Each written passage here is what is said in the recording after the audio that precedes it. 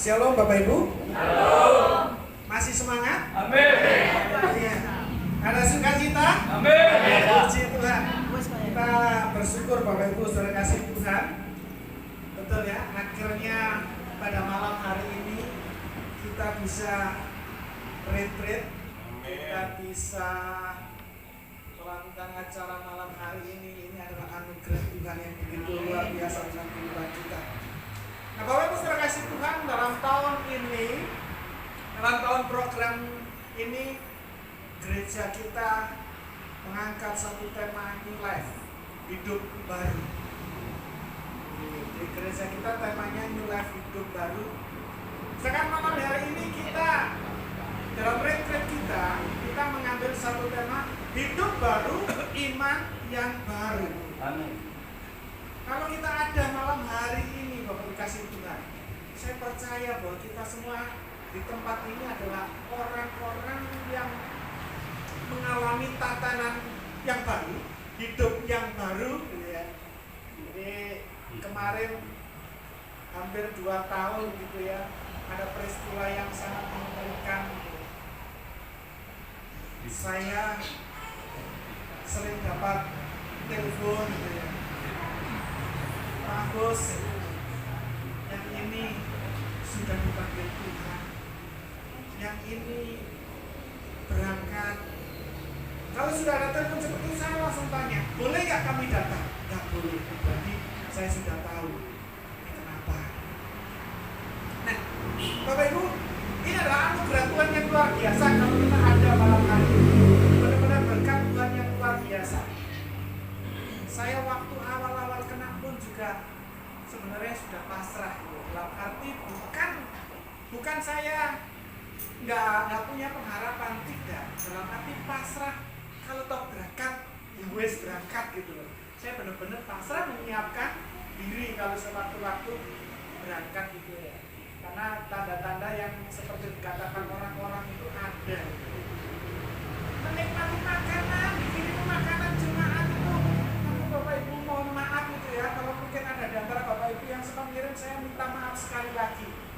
Kalau rasane, ambune kayak apa ya gak ngerti. Bukan. Sama sekali pokoknya nggak enak, nggak ada rasanya. Nah, Bapak Ibu kasih Tuhan, kita berada di tempat ini adalah anugerah Tuhan yang luar biasa. Amin. Kalau saya mengatakan demikian bukan berarti mereka yang pulang lebih dahulu mendahului kita. Bukan berarti mereka tidak mendapatkan anugerah Tuhan. Tidak. Mereka juga mendapatkan anugerah Tuhan yang luar biasa. Mereka juga mengalami tatanan kehidupan yang baru. Kalau semula bersama-sama dengan kita, tapi mereka yang berpulang pada saat-saat pandemi karena sakit itu, mereka juga mengalami tatanan yang baru yang semula bersama-sama dengan kita, saat ini mereka bersama-sama dengan Tuhan Yesus. Amin. Bapak Ibu, sekali lagi kalau kita berbicara tentang hidup baru, kehidupan yang baru, memang kita tidak akan pernah lepas namanya kehidupan lama. Ada yang baru, pasti ada yang lama. Saya tidak sedang mengajari Bapak Ibu semua di tempat ini. Karena kalau saya perhatikan Bapak Ibu semua yang ada di tempat ini bukanlah orang-orang yang baru di dalam Tuhan. Saya hanya sekedar, ayo kita ingat kembali, kita ingat sedikit-sedikit lah kehidupan lama itu seperti apa. Tapi saya percaya Bapak Ibu kasih Tuhan bahwa apa yang saya bacakan, yang saya ambil dari firman Tuhan ini sudah tidak ada dalam kehidupan kita semua. Kenapa saya harus membacakan? Supaya kita ingat kembali, oh iya, biar aku ngono saiki gak aneh. Maksudnya seperti itu Bapak Ibu. Nah, inilah karakteristik kehidupan lama kita. Dalam Galatia 5 ayat 19 sampai 21 dan juga Kolose 3 ayat 5 sampai dengan ayat yang ke-7. Di situ disebutkan sebenarnya orang-orang yang hidup lama kita itu seperti apa, manusia lama itu seperti apa. Nah, Bapak Ibu di sini disebutkan percabulan. Salah satunya di situ ada percabulan. Saya percaya tidak ada percabulan di tempat ini. Kecemaran, tidak ada yang cemar.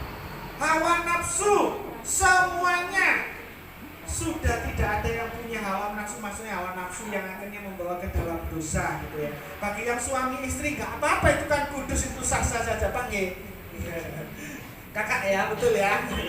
Yang suami istri nggak apa-apa, sah-sah saja. Yang belum menikah jangan coba-coba ya. Anda akan terjerumus kalau melakukan hal itu. Nah, ketagihan. Iya, ketagihan katanya Pak Krista. Nggak tahu ketagihan apa nih. Penyembahan berhala. Saya percaya nggak ada satupun di sini yang menyembah berhala. Betul Bapak Ibu? Nah, tapi saya nggak tahu apa yang diberhalakan di rumah, saya nggak tahu gitu ya. Mungkin ini siung babi itu untuk tolak balak katanya. Iya. Katanya gitu ya. Nah Bapak Ibu, daripada siung babi langsung babi ini sekalian loh. Ya. Penyembahan berhala, kita tidak ada yang menyembah berhala. Tetapi hati-hati, jangan sampai hobi kita, kesukaan kita menjadi berhala dalam kehidupan kita. Mungkin yang suka pelihara burung, hati-hati sampai burungnya jadi berhala. Yang suka mancing, jangan sampai mancingnya jadi berhala. Itu saya sendiri gitu, jangan sampai itu jadi berhala. Karena saya suka mancing. Tadi sempat tanya, Pak ini tempat pemancingan? Iya, langsung dimasak sini. Iya, pancingnya ada. Gak ada lagi rusak, ya wis untung gitu ya, gak kita mancing. Nah, perselisihan, sihir, gak ada yang bermain sihir di tempat ini. Ini hanya sekedar, sekali lagi sekedar mengingatkan. Jika ada sedikit-sedikit yang masih, oh iya, kok aku sihir-sihiran, ayo ditinggalkan. Sekali lagi Bapak Ibu, saya katakan di tempat ini gak ada, hanya mengingatkan gitu ya. Perseteruan, perselisihan, gak ada yang musuhan, gak ada yang berselisih. Buktinya malam hari ini kita bisa bersukacita bersama-sama, menari bersama-sama. Senggolan itu biasa, soalnya tempatnya nepet gitu ya, senggolan. Apalagi iri hati, amarah, gak ada yang marah. Gak tahu ya kalau pas lapar gitu ya. Gak ada yang ngaku ya. Kepentingan diri sendiri ini egois. Tidak ada yang egois ya. Dan hari ini saya perhatikan semuanya saling membantu, saling memperhatikan satu yang lain. Percideraan, roh pemecah yang suka ini aja ambek iku lho, iku kok ngene senengane ngono, pokoke tinggalin iku wis ora Pak Kristen bonceng. Enggak ada kan seperti itu. Enggak ada kan seperti itu kan? Pasti ada gitu yang praktek. Aku dhewe yang praktek Pak. Enggak ada, roh pemecah enggak ada. Kedengkian, apalagi yang dengki, aduh nang delokon iya iki lho. Aduh lah kok sepuh ya, memang sudah sepuh gitu. Bisa dirasakan. Delokon ibun. Kemabukan, nggak ada tuh yang suka mabuk. Ada yang malam miras malam hari ini? Pak Kristen bawa. Ini Pak Bambang bawa 1 galon, ini isinya apa Pak? Air. Oh air Pak ya. Jangan sampai kebanyakan air nanti mabuk Pak, kembung Pak. Nggak ada ya yang suka mabuk-mabukan. Pesta pora tidak ada. Yang serakah juga tidak ada. Buktinya apa? Semua kebagian makan kok malam hari ini. Jadi nggak ada yang serakah. Bapak kasih Tuhan, ini yang mungkin jadi pertanyaan begini. Sebenarnya apa sih yang dapat dilakukan oleh orang percaya untuk menghindari semua pekerjaan iblis itu? Yang tadi saya sebutkan, saya bacakan itu.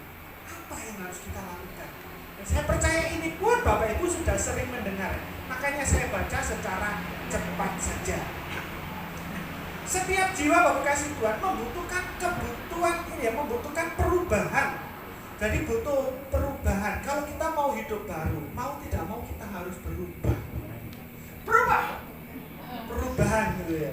Ini ketahuan kalau gayanya seperti itu, tontonannya tahun berapa yang berubahnya gayanya seperti itu. Sekarang kan nontonnya nggak seperti itu lagi. Saya perhatikan anak saya nggak ada tontonan yang begitu. Lihat tahun-tahun sangat lama sekali. Satria baca hitam. Nah, Bapak Ibu, kita harus mengalami perubahan di dalam Kristus. Itu yang harus kita lakukan supaya kita terhindar dari yang namanya godaan si jahat seperti yang saya bacakan tadi di dalam firman Tuhan tadi, Bapak kasih Tuhan. Nah, Bapak Ibu, hidup baru di dalam Kristus. hidup baru di dalam Kristus, saya juga percaya bahwa itu semua sudah tahu gitu. Karena saya ingat waktu saya pertama kali belajar melayani sekolah minggu di gereja, bukan di GSCA ya. Waktu itu saya belajar melayani sekolah minggu itu di GPDI Immanuel Tropodo, ada di daerah Tropodo sana. Saya belajar pertama melayani di sana, Bapak Ibu kasih Tuhan. Saya ingat pas mau cerita tentang Adam dan Hawa, baru membuka Alkitab, baru saya tanya adik-adik, tahu nggak dulu itu binatang itu bisa begitu. Pasti mau cerita Adam dan Hawa ya. Sudah tahu mereka, sudah tahu gitu ya. Nah malam hari ini saya juga takut dengerin sudah tahu. Makanya saya baca secara cepat saja, biar nggak sama-sama ngomong sudah tahu. Jadi apa arti kehidupan baru di dalam Kristus? Hidup baru di dalam Kristus, Bapak kasih adalah hidup yang dipenuhi dengan sukacita. Hidup di dalam Kristus Yesus. Kehidupan iman dalam Kristus Yesus adalah kasih karunia Allah. Kasih karunia Allah. Hidup baru di dalam Kristus Yesus ini adalah sebuah kasih karunia buat kita semua. Karakternya seperti apa orang yang hidup baru di dalam Kristus? Mohon maaf sekali lagi, saya nggak nyindir, nggak nyinggung, tapi ini saya baca di dalam Kolose 3 ayat 1 sampai 17. Panjang, bene marine suwe nggak situ jalan-jalan. Nah, Bapak Ibu, karakter orang yang hidup baru di dalam Kristus itu yang pertama memiliki pikiran yang harus diarahkan pada hal-hal yang di atas. Contohnya apa? Genteng gitu ya, sebenarnya kan di atas semuanya. Bapak Ibu baca di Kolose saja ya, Kolose 3. Orang juga harus meninggalkan semua praktek dosa. Semua jemaat wilayah utara satu nggak ada yang praktek dosa. Yang ada di mana? Adanya di daerah Turki sana, Bapak Ibu, di sini nggak ada. Daerah Turan gitu. Setelah memperoleh kehidupan baru, ia harus melepaskan diri dari sifat buruk seperti kemarahan, kebencian, fitnah, kata kotor. Kata-kata kotor sudah nggak ada di sini. Kenapa nggak ada? Semua sudah gosok gigi. Serta kebohongan juga nggak ada. Kehidupan baru membutuhkan kasih sayang, kebaikan, kerendahan hati, kelembutan, dan kesabaran, pengampunan. Dan yang paling penting adalah cinta atau kasih. Nah, di tempat ini yang ada semua itu. Bagi jemaat wilayah utara sana ada semuanya ini. Damai sejahtera Kristus harus dibiarkan memerintah di dalam hatinya, dan seterusnya dan seterusnya. Nah, saya baca secara cepat. Nah, Bapak kasih Tuhan, ini yang penting buat kita. Nah, bagaimana agar seseorang dapat memasuki kehidupan baru? Nah, ini yang perlu. Karena kita tahun ini masuk di dalam era kehidupan yang baru. Kita mau ngomong secara rohani ataupun secara jasmani, kita masuk dalam era kehidupan yang baru, tatanan yang baru, dunia yang baru. Sekalipun kita masih hidup di dalam dunia yang lama, kita masuk dalam era yang baru. Bapak Ibu, bagaimana supaya kita bisa memasuki kehidupan baru secara rohani, khususnya secara rohani? Apa yang harus kita lakukan? Langkah-langkah apa yang harus kita ambil? Yang pertama, kasih Tuhan. Sekalipun saya tahu Bapak Ibu sudah tahu, tapi tetap saya sampaikan buat kita semua. Yang pertama, mendengarkan firman Tuhan. Jadi WPDA itu penting, kasih Tuhan. Bukan hanya sekedar menonton, mendengarkan video yang saya share atau yang di-share oleh Bu Julia atau yang di-share oleh Bu Ibu. Bukan hanya sekadar itu, tapi penting bagi kita sendiri juga membaca firman sendiri. Itu tak perjelas, maca firman dewe-dewe, diperjelas seperti itu juga penting untuk kasih. Memang kita nonton di video kita ini itu juga menolong kita, tetapi akan lebih lagi membuat kita lebih kuat ketika kita mau mengambil waktu untuk membaca firman Tuhan. Mengakui dosa-dosa. Apa dosa-dosa apa yang masih kita perbuat? Mari kita akui di dalam Tuhan.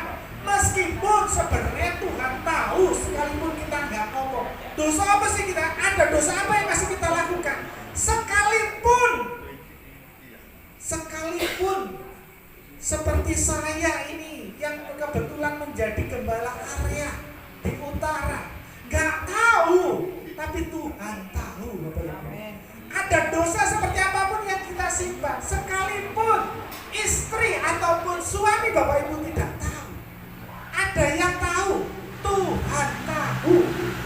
Sama untuk saya secara pribadi, sekalipun istri saya, anak-anak saya tidak tahu, tapi ada Tuhan yang tahu. Itu yang bisa menjadi alasan kita. Kalau kita sudah mengakui, kita harus bertobat. Kalau sudah bertobat, kita harus punya tekad untuk menjalani kehidupan seperti Kristus, menjadi satu tubuh di dalam Kristus. Nah, ini Bapak Ibu kasih Tuhan yang ingin saya tekankan malam hari ini. Bagaimana kita masuk dalam kehidupan yang baru, tatanan yang baru. Mau tidak mau, kita harus melalui satu fase ini yang tidak boleh kita tinggalkan. Tidak boleh kita abaikan kalau kita mau masuk di dalam tatanan yang baru, kehidupan yang baru, secara khusus kehidupan yang baru di dalam Kristus. Fase itu fase apa? Fase yang tidak boleh kita tinggalkan adalah fase pertobatan. Bapak Ibu gak boleh ngomong, lo dulu aku kan pernah bertobat. Itu kan dulu.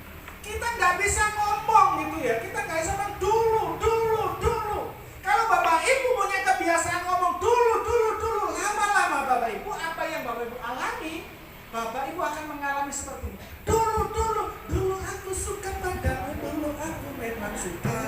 Ya. Lanjutannya aku orang ngerti Pak. Sampai di situ. Jadi jangan bangga dengan dulu yang pernah terjadi. Dulu itu sudah lama. Bukankah kita mau masuk dalam kehidupan yang baru, fase yang baru? Jadi tidak boleh tinggalkan namanya pertobatan. Apa sih tobat itu? Apa sih tobat itu? Ya tobat itu pokoknya itulah gitu loh. Kalau perlu sumpah pocong. Bukan hanya sekadar seperti itu Bapak kasih Tuhan. Nah, pertobatan Bapak kasih Tuhan yang perlu kita pahami dulu. Ketika kita jatuh di dalam dosa, ketika Adam dan Hawa, kita kembali pada Adam dan Hawa. Ketika Adam dan Hawa pertama kali diciptakan, mereka adalah manusia yang suci, yang kudus, yang hidup bersama-sama dengan Allah. Tetapi ketika Adam ini yang semula bersama-sama dengan Allah, jalan-jalan dengan Allah di Taman Eden, mungkin sambil santai langsung petik apel, langsung dimakan, ada enak jalan bersama dengan Allah. Tapi ketika mereka berdosa, mereka bukan lagi berjalan bersama-sama dengan Allah, tapi mereka berjalan semakin jauh dan semakin jauh dari Allah dan menuju kepada kebinasaan. Karena di depan adalah bukan Pak Bambang jurang. Iya, di depan adalah jurang yang siap menghukum kita orang berdosa. Nah, pertobatan Bapak kasih Tuhan, artinya pertobatan itu yang pertama adalah berbalik arah. Yang semula saya menuju Pak Bambang, saya harus berbalik arah. Ini artinya pertobatan berbalik arah. Apakah berbalik arah ini selesai sampai di sini? Tidak Bapak Ibu. Tapi berbalik arah dan harus menuju kepada kekudusan, menuju keserupaan dengan Kristus. Keserupaan dengan Kristus. Nah, kita semua sedang dalam perjalanan menuju keserupaan dengan Kristus. Apakah sampai di situ, berhenti sampai di situ? Ternyata tidak, Bapak. Nggak hanya kita berbalik arah, tetapi juga perubahan pikiran. Cara pandang kita, cara kita berpikir tentang Allah seperti apa yang semula mungkin kita menganggap Allah hanya sekedar Tuhan yang bisa menolong kita, mampu menyembuhkan kita, mampu memberkati kita. Ketika kita sakit, Tuhan mampu menolong kita, menyembuhkan kita. Tuhan saja mampu. Karena ini belum sembuh-sembuh, aku juga tak datang pada yang lain gitu ya. Seperti yang saya sharingkan tadi malam itu. Dirapel, gotong royong. Oleh gotong royong rame-rame kan tambah enak. Tapi konsepnya Tuhan gak seperti itu. Jangan seperti apa yang dilakukan oleh keluarga saya itu terjadi dalam kehidupan Bapak Ibu. Jangan. Kita harus punya cara pandang yang benar tentang Allah. Siapakah Dia? Siapakah Yesus itu dalam kehidupan kita. Kita harus kenal, kita harus tahu. Makanya seperti tadi saya sampaikan, mau tidak mau kita harus akrab dengan firman itu. Baca firman Tuhan setiap hari. Bapak kasih Tuhan, yang menjadi bacaan firman Tuhan rutin bagi kami setiap hari, saya, istri dengan anak, itu saya mengambil dari Alkitab elektronik. Itu di situ kan ada renungan harian. Itu yang kami pakai, yang kami baca bersama. Nah, kemudian kalau untuk saya pribadi, saya juga tambahin baca di Alkitab 2 tahun. Blenger, iya blenger saling banyak, tapi mau nggak mau harus kita lakukan, karena itu adalah makanan kita. Harus kita lakukan, itu bisa memberikan kekuatan dalam hidup kita. Cara pandang kita tentang Tuhan, kita berubah. Dia bukan hanya sekedar Tuhan yang nanti ketika aku mati aku diselamatkan masuk surga, tidak. Tapi dia adalah Tuhan yang akan selalu menyertai saya sekalipun mungkin saya sedang keadaan terpuruk, mungkin saya sedang keadaan terjepit, tertindas, ditinggalkan oleh semua orang di sekeliling saya. Tetapi Tuhan yang saya sembah adalah Tuhan yang tidak pernah meninggalkan saya. Kalau dulu ketika hal ini terjadi saya kecewa, saya memarahi Tuhan, saya ngambek dan lain sebagainya. Tetapi karena kita sudah bertobat, punya cara pandang kita terhadap Tuhan juga berubah. Dan yang kedua, Bapak kasih Tuhan, bukan hanya cara pandang kita kepada Tuhan yang berubah, tapi cara pandang kita terhadap diri kita sendiri juga harus berubah. Kita nggak bisa lagi menjadi orang-orang yang selalu mengasihani diri sendiri. Orang yang mengasihani diri sendiri itu seperti apa? Contohnya yang sederhana. Walah, wis aku wis ngene, iki wis gak mungkin lah iso. Wis salah aku lek balungan kiri ya kiri gitu. Saya sering dengar suara itu, istilah itu, tapi sebenarnya arti yang lebih dalam saya nggak tahu. Saya ikut-ikutan saja gitu. Tapi saya sering dengar ada orang-orang yang juga seperti itu. Wis salah lek balungan kiri ya tetap kiri, gak bakalan iso berhasil dan lain sebagainya. Nah itu jangan salah. Cara pandang kita terhadap diri kita sendiri itu juga harus berubah. Ingat, bahwa kita itu berharga di mata Allah. Kita itu sangat berharga di mata Tuhan. Bapak Ibu Saudara kasih Tuhan, pernah nggak kita berpikir seandainya di seluruh dunia ini tidak ada orang yang berdosa sama sekali? Seandainya di seluruh dunia ini tidak ada orang yang berdosa sama sekali, dan hanya ada satu orang Agus yang berdosa, kira-kira Tuhan mau nggak datang untuk menolong menyelamatkan Agus? Kita itu berdosa. Sekalipun mungkin satu-satunya orang yang berdosa itu kita, kalau kasih Tuhan, percayalah, kita itu berharga di mata Tuhan. Dia akan datang untuk menyelamatkan kita. Nebus itu bukan dengan darah domba, darah kambing, sapi, petek, tekukur, bukan.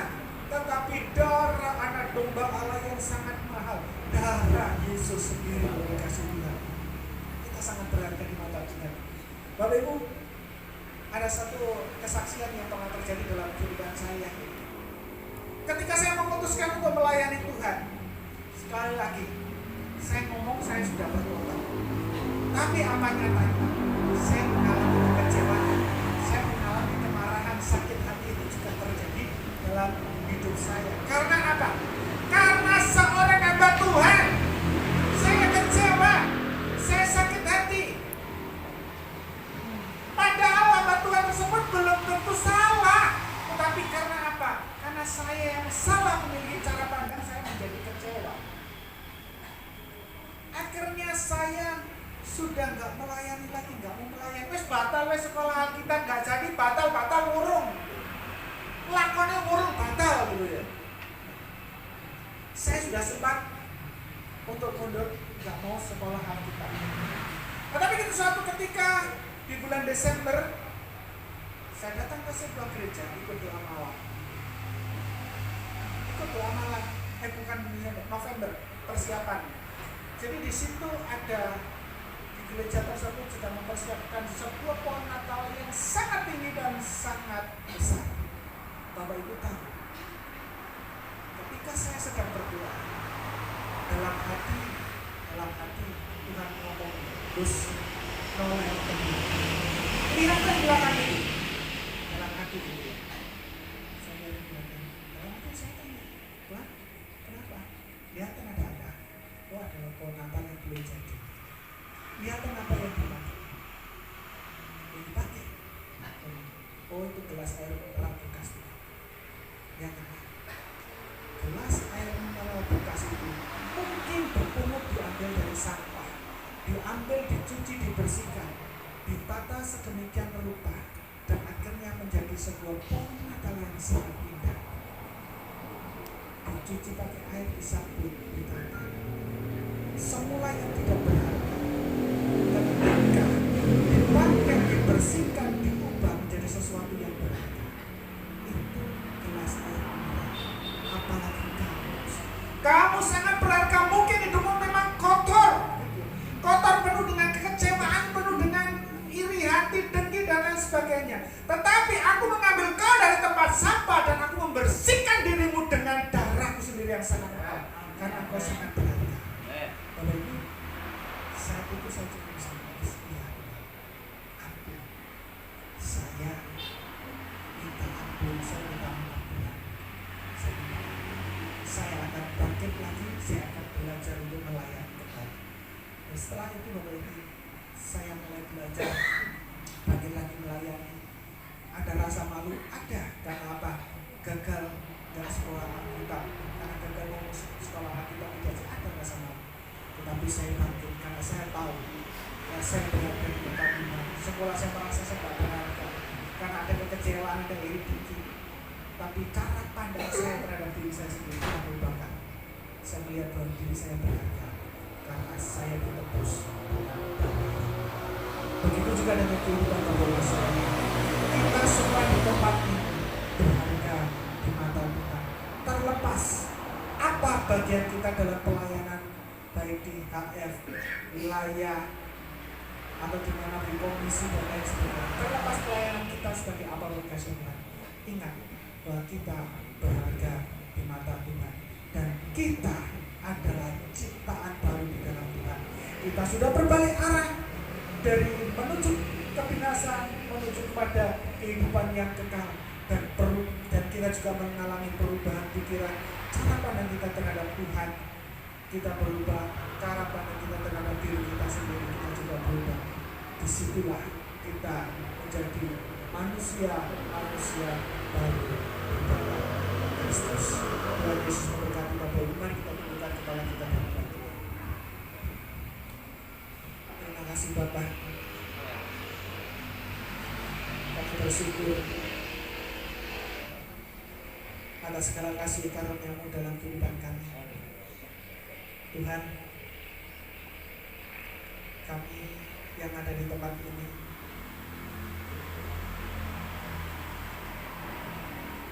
kami tahu bahwa kami adalah umat-umat-Mu yang sangat berharga, karena Engkau menebus kami dengan darah yang sangat mahal. Engkau menebus kami bukan dengan emas, perak atau permata, Engkau menebus kami dengan darah Tuhan. Kami tahu bahwa Engkau begitu mengasihi kami. Kami tahu Tuhan, kasih-Mu begitu besar terhadap kami. Tuhan Yesus, kami mau mengalami kehidupan yang baru di dalam Engkau Tuhan. Kami mau Tuhan, Engkau ubahkan hidup kami. Tuhan Yesus, kami mau meninggalkan setiap karakter dari manusia lama kami Tuhan. Kami mau tinggalkan setiap karakter-karakter yang tidak baik dalam hidup kami Tuhan. Tuhan, kami mau belajar memiliki cara pandang yang benar terhadap Engkau Tuhan. Kami juga mau belajar memiliki cara pandang yang benar terhadap diri kami sendiri Tuhan. Bahwa kami adalah benar-benar sangat berharga di mata-Mu Tuhan. Kami adalah umat kepunyaan-Mu sendiri Bapak. Terima kasih Bapak, terima kasih Tuhan. Terima kasih Yesus. Bapak Ibu Saudara dikasihi Tuhan, malam hari ini saya tidak mengajak Bapak Ibu untuk maju ke depan. Saya tidak mengajak Bapak Ibu untuk sujud di depan dengan mengangkat tangan, tidak, Bapak kasih Tuhan. Namun malam hari ini, jika Bapak Ibu berkenan, di tempat duduk Bapak Ibu saat itu, mari Bapak Ibu datang kepada Tuhan.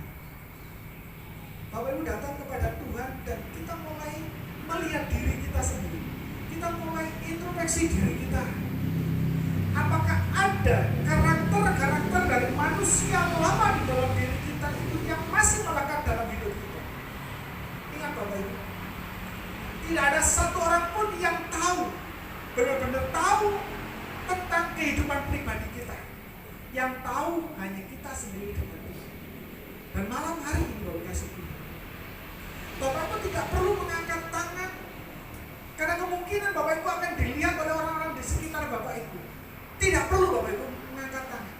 Cukup katakan di dalam hati Bapak Ibu, naikkan di dalam doa-doa Bapak Ibu. Jika itu Bapak Ibu yang masih mengalami ada keterikatan dengan kehidupan lama, karakter-karakter masing manusia lama masih melekat dalam hidup Bapak Ibu, mari datang pada Tuhan, minta ampun sama Tuhan, minta Tuhan supaya lepaskan Bapak Ibu dari ikatan jerat dosa itu. Mari kita sama-sama masing-masing menyembah Tuhan, bersama-sama menaikkan doa bersama-sama di hadapan Tuhan. Haleluya, haleluya, haleluya, Yesus, haleluya, haleluya.